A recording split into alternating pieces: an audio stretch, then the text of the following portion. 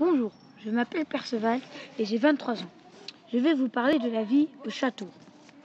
Le château fort sert à la défense militaire, à la protection de la population et de résidence au seigneur. C'est le roi, le seigneur, qui dirige le château. Il y a les paysans, les nobles, les seigneurs, la seigneurie. Dans le château, il y a la basse et la haute cour. Dans la basse cour, ce sont les paysans et leurs animaux qui se réunissent dans ce lieu en cas d'attaque. Dans la haute cour, c'est les nobles et les prêtres qui se réunissent dans ce lieu en cas d'attaque. Le donjon est la tour la plus haute d'un château fort du Moyen-Âge.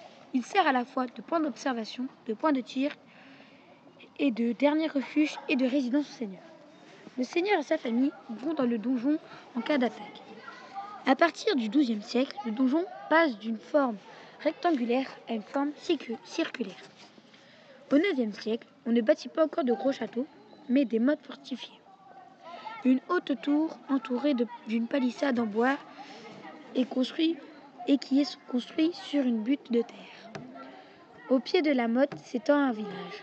En cas d'attaque, les habitants peuvent se réfugier derrière les fortifications.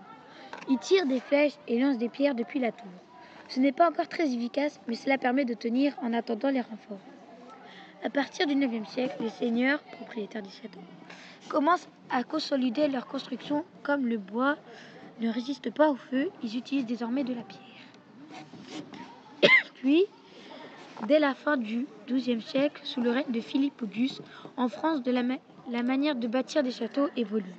Il comporte une grosse tour appelée la tour maîtresse, aussi appelée donjon, et des tours plus petites qui forment les angles de la muraille défensive du château. Les sources d'informations sur la gastronomie au Moyen-Âge permettent surtout de connaître les goûts et les habitudes des aliments